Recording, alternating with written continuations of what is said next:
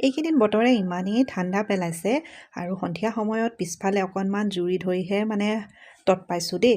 আৰু জুই জ্বলাইছোঁৱে যেতিয়া নেকি ভাবিলোঁ কিবা এটা বনোৱা যাওক, আৰু সেয়া তৎক্ষণাত মই কেৰাহীখন পাতি ৰাতিপুৱাই যিহেতুকে মাছ দি থৈ গৈছিল, বাহু মাছ, আৰু সেয়াই 4 পিচ বইল বনাওঁ বুলি ৰেডি কৰি ল'লোঁ।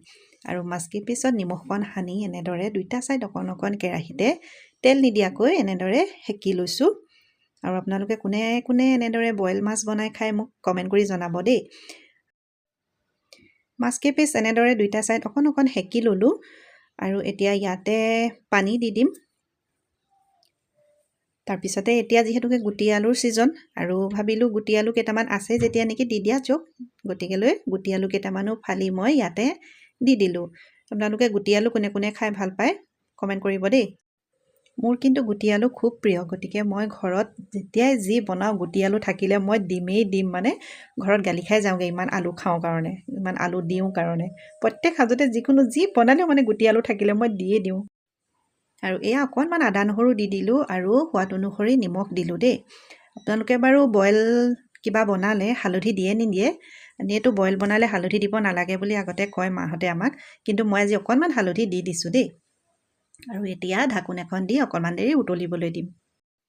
এয়া মাছ আৰু আলু প্ৰায় সিজিলেই। এতিয়া মই তাতে কেইখিলামান লাই পাত ধুই সৰু সৰুকৈ টুকুৰা কৰি তাতে দি দিলোঁ।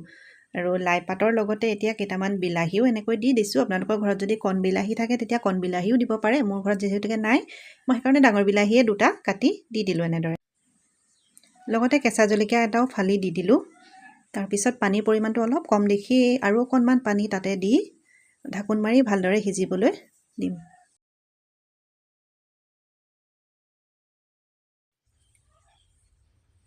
আৰু এয়া এতিয়া লাই পাত বিলাহী গোটেইবোৰ ভালদৰে সিজিলেই।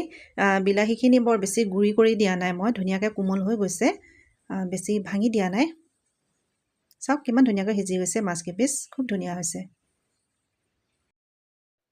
বিলাহীবোৰ যিহেতুকে বৰ বেছি টেঙা নাথাকে, সেইটো কাৰণে অকণমান নেমু টেঙাৰ ৰস মই ইয়াতে এনেকৈ চেপি দিছোঁ। আপোনালোকে দিবও পাৰে নিদিবও পাৰে দেই, মই কিন্তু অকণমান এনেদৰে নেমু টেঙাৰ ৰস দি দিলোঁ।